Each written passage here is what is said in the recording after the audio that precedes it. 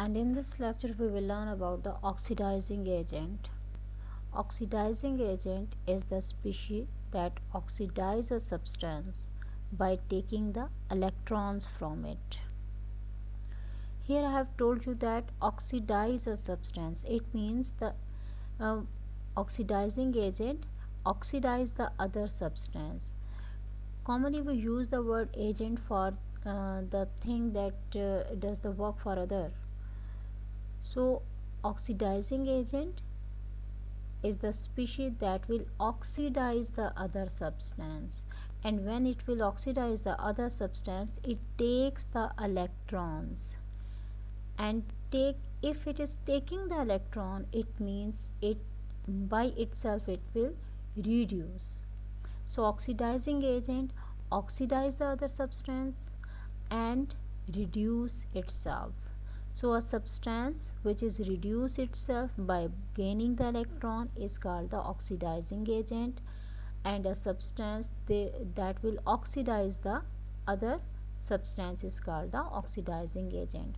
So when we talk about the oxidizing agent, we consider that this will oxidize the other substance, and when it will oxidize the other substance itself it will reduce because it will gain the electron, so it will reduce.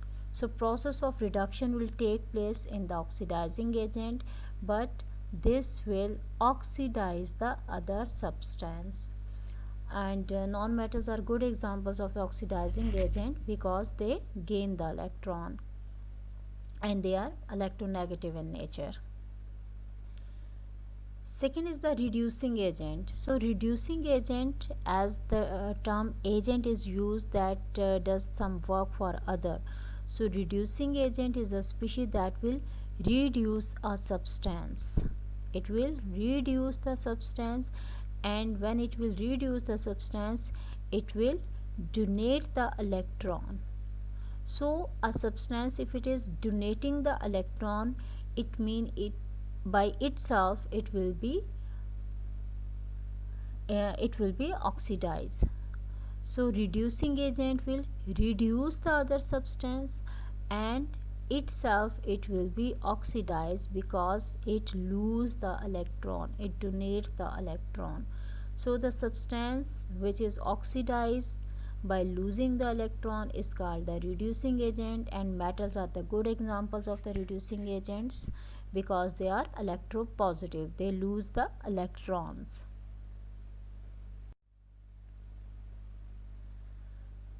So in simple words, oxidation is the losing of electrons in a chemical reaction. If we say the reduction is the gaining of electron in the chemical reaction. Reducing agent is a substance that will reduce the other substance and itself it will oxidize, and oxidizing is a substance that will oxidize the other and itself it will reduce. And mostly in the chemical reactions oxidation state of one or more substances changes. When a chemical reaction take place oxidation of the element changes. So these are called the oxidation reduction reactions, or the term redox reaction is used. The term redox reaction means the process of oxidation and reduction will take place simultaneously in the substances that are taking part in the chemical reaction. So we will say that in the redox reactions oxidizing and reducing agents are involved. Here are few examples in which we have to identify which one is the oxidizing agent and which one is the reducing agent. First example is of the reaction of the zinc and hydrogen chloride, and the product is zinc chloride and hydrogen gas. So what will be the first step in identification? First of all, we will assign the oxidation number to each element. Here I have told you, I have given the lecture in my previous lecture, I have told you that oxidation and reduction rules for assigning the oxidation state to the elements. And in here I told you that if an element is not in the combined state, it is in the free state, then we will assign it the zero oxidation number. So zinc, it is in the free state, so oxidation number of the zinc will be 0. And in case of the hydrogen chloride, as it is in the combined form, it is not in the free state, so they will have the oxidation number. As chlorine being the non-metal, it will have the oxidation number of -1, and hydrogen here, it is also non-metal, but when hydrogen is in combined form with the non-metal, hydrogen will carry the +1 oxidation state. So hydrogen have the +1 oxidation state and chlorine has the -1 oxidation state. Now we will find out what happened in the product, what will be the oxidation number of these elements when they will be in the form of the product. Here we have seen that zinc in the reactant have the 0 oxidation number, but this zinc, when it is in the combined form with zinc chloride in the product, oxidation number of this zinc is +2.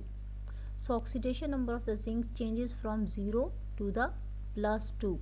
An increase in the oxidation number is take place, and I have told you when an increase in the oxidation number take place, we say that process of oxidation has taken place there. As from 0 to the +2 oxidation state indicate an increase in the oxidation number, process of oxidation is taking place. As the process of oxidation is taking place here, we will say that this zinc is the reducing agent because it has lost the electrons. Oxidation number is from 0 to the +2. So oxidation number is increased, process of oxidation is taking place in this zinc, so this zinc will act as the reducing agent. Now when we consider the hydrogen chloride, we will see that the oxidation number of this hydrogen in this hydrogen chloride is +1, and this oxidation number changes to the 0, from +1 to the 0 oxidation state. So oxidation number is decreased in this case, and you know that decrease in oxidation number, we say that process of reduction is taking place here. In hydrogen chloride, process of oxidation process of reduction is taking place here, and when the process of reduction is taking place here, we will say that it is the oxidizing agent. And when we consider this chlorine, oxidation number of this chlorine is -1, and when it is combined with the zinc chloride, oxidation number of this chlorine is -2. So oxidation number change from -1 to the -2. Again oxidation number is decreased here, so process of reduction is taking place here. We will say that in hydrogen chloride overall the process of reduction is taking place, so it will act as the oxidizing agent. So zinc will act as the reducing agent and hydrogen chloride will act as the oxidizing agent, and process of oxidation and reduction is taking place simultaneously. So it is an example of the redox reaction. Now consider another example, the reaction of the sulfur with the chlorine, and the product is the thionyl chloride. So first step in identification of the oxidizing and reducing agent is the assigning of oxidation number to each element. As the sulfur and chlorine both are existing in the free state, they are not in the combined state, so the oxidation number of these elements will be 0 in the reactant. Now this oxidation number in the product changes, as oxidation number of this sulfur in the reactant is 0, and oxidation number in form of the product when it is combined with the chlorine, oxidation number of this sulfur changes from 0 to the +2. As we have seen that oxidation state changes from 0 to the +2, an increase in the oxidation number has taken place there. So we will say that in sulfur, process of oxidation has taken place because oxidation number is increased here. So as the process of oxidation is taking place in the sulfur, we will say that it is a reducing agent. Sulfur is acting as the reducing agent in this reaction. And in case of the chlorine, we have seen that oxidation number is 0, and this oxidation number changes from 0 to the -2. A decrease in oxidation number is taking place. Oxidation state 0 changes from 0 to the -2. A decrease in oxidation number is taking place. So a process of reduction is taking place in the chlorine. As the process of reduction is taking place in the chlorine, we will say that it is an oxidizing agent. So sulfur will act as the reducing agent and chlorine will act as the oxidizing agent, and it is another example of the redox reaction, as one substance is oxidized and other substance is reduced in this reaction. The third example is the reaction of the sodium and bromine, and the product is the sodium bromide. So first step is assigning the oxidation number to each element.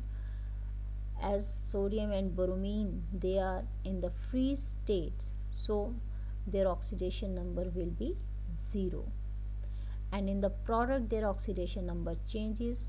As sodium in the reactant, it has the 0 oxidation number, and in the product it has the +1 oxidation number. So we will say that oxidation number of sodium is increased from 0 to the +1, and increase in oxidation number is the process of oxidation. So process of oxidation take place in this sodium. As sodium is oxidized, so it will behave as the reducing agent. In case of the bromine, oxidation number is 0, and in the product its oxidation number is -1. So oxidation number changes from 0 to the -1. A decrease in oxidation number take place, and when a decrease in oxidation number take place, the process of reduction is taking place in the bromine, and this bromine is reduced. It means it will behave as the oxidizing agent. So sodium is a reducing agent in this reaction, and bromine is the oxidizing agent in this reaction. It is another example of the redox reaction, as one substance is oxidized and other substance is reduced here.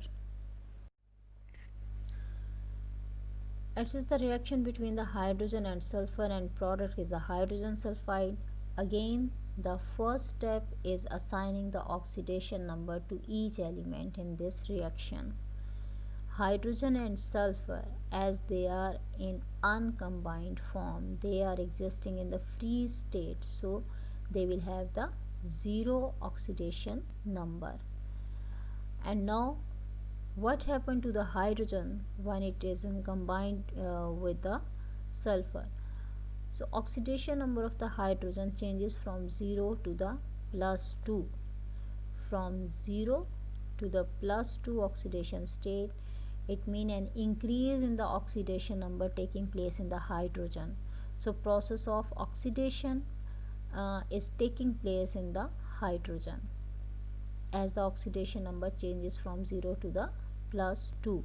So when this hydrogen oxidized, it means it will behave as the reducing agent. Now in case of the sulfur, the oxidation number changes from 0 to the -2. Here from 0 to the -2 shows that a decrease in the oxidation number, and when decrease in oxidation number take place, the process of reduction is taking place in this sulfur. As this sulfur is reduced, so it will act as the oxidizing agent in this reaction. In hydrogen, process of oxidation is taking place. It will behave as a reducing agent. In sulfur, process of reduction is taking place. So this sulfur will act as the oxidizing agent. Now what are the electrochemical cells?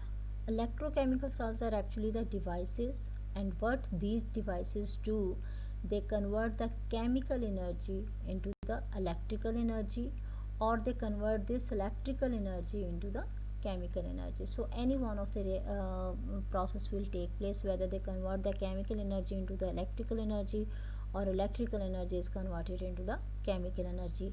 And there are two types of the electrochemical cells. One is the electrolytic cells. Electrolytic cells, they use the electrical energy. These cells use the electrical energy and then a chemical reaction take place. It means when we will provide the electrical energy, then a chemical reaction is taking place. That is why it is the non-spontaneous in nature. Non-spontaneous means the reaction cannot take place by itself. We have to provide the energy. Then chemical reaction is happening there. So it is a non-spontaneous in nature. Other type of the electrochemical cells are the galvanic cells. And what these galvanic cells do, they convert the chemical energy into the electrical energy. And it is a spontaneous reaction. It is spontaneous in nature. Spontaneous means this will happen by itself. We do not need to provide the energy to it. So first chemical reaction take place, and as a result of this chemical reaction, electrical energy is produced, and it is non-spontaneous in nature. So an electrochemical process release or requires energy. It will release energy, as in case of the spontaneous in nature galvanic cells, because they use the chemical energy and then convert it into the electrical energy. They release the energy. Or the electrochemical cells, they require the energy, as in case of the electrolytic cells, because first we have to provide the electrical energy, then a chemical reaction take place. So the electrochemical cells, they release or they require the energy. It always involves the transfer of electron from one substance to another. As one substance will release the electron and the other substance will absorb the electron, it means this is the oxidation reduction reactions. These electrochemical cells are redox in nature. They are the redox reactions, as one substance will be oxidized and the other substance will be reduced there. So electrochemical processes are the redox reactions in nature. Now some basic concepts of electrolytes are here. First one, the substance which can conduct electricity in their aqueous solution. Aqueous solution, we say that when we make the solution of the substance in the water, that is called the aqueous solution. So a substance, if it conducts the electricity, it allows the current to pass through it, we say that it is the electrolyte. So it will allow the current to pass through it in the aqueous form, means it will have the it will be in the solution form, or it in the molten state. Molten state mean we say that the substance is in the melted form. So when a substance, whether it is in the aqueous solution or it is in the molten state, it allows the current to pass through it, we say that it is the electrolyte. And examples of these are salts, acids and bases. And the condition for the electrolyte to pass through the current is only when they are in the aqueous solution or in the molten state. They will conduct only when in aqueous form or in the molten state. In the solid state, these electrolyte cannot conduct the electricity. And further, these electrolytes are classified into the two groups, and it is depends on the ionization. So first one is the strong electrolyte. We use the word strong electrolyte when electrolyte ionizes completely in the aqueous solution. Ionized completely means it will split completely into its ions. The examples are the sodium hydroxide, sodium chloride, and sulfuric acid. When they are dissolved in the water, they are mixed with the water, they completely split into their ions. They are called the strong electrolyte. And the weak electrolytes are the substances or the electrolytes which ionize to a small extent when they are dissolved in the water or in the molten state. They are called the weak electrolyte. They do not completely ionize in the solution, so they are called the weak electrolyte. They do not completely separate into their ions. The examples of these are the acetic acid, calcium hydroxide.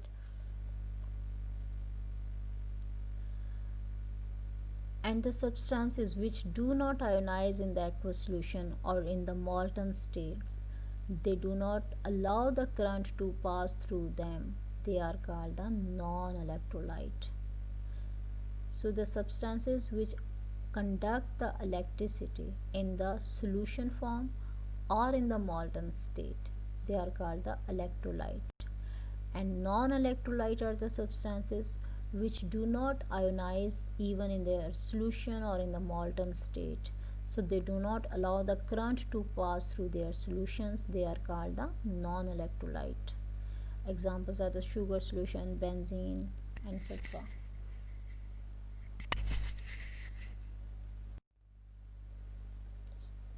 The message of the day is